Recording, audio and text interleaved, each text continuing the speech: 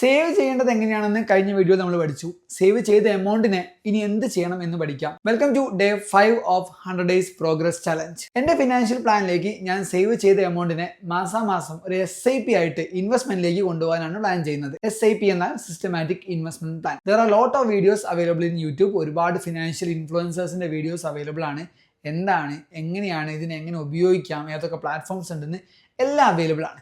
എന്നാലും നമ്മുടെ ഈ കൊച്ചു വീഡിയോയിൽ ഞാൻ എന്താണ് SIP എന്നതിന്റെ ഒരു ഡീറ്റെയിൽഡ് ആയിട്ടുള്ള വീഡിയോ ഉൾപ്പെടുത്താം. Meet Ashwin, a financial influencer. എന്താണ് ഈ SIP? ഡീറ്റെയിൽ ആയിട്ട് പറയാം.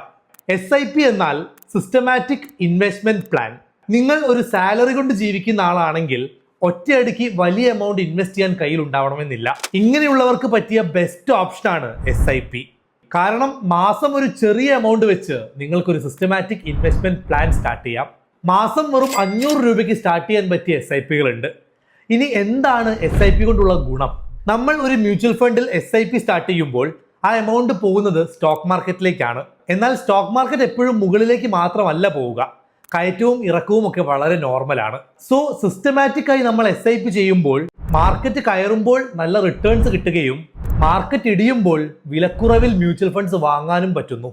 ഒപ്പം ഈ SIP എമൗണ്ട് ഓട്ടോമാറ്റിക് ആയി അക്കൗണ്ടിൽ നിന്ന് പോകുന്നത് കൊണ്ട് ഇൻവെസ്റ്റ്മെന്റ് ബ്രേക്ക് ആവാനുള്ള ചാൻസും കുറവാണ്. അങ്ങനെ ലോങ് ടേമിൽ വെൽത്ത് ക്രിയേറ്റ് ചെയ്യാൻ SIP നമ്മളെ സഹായിക്കുന്നു.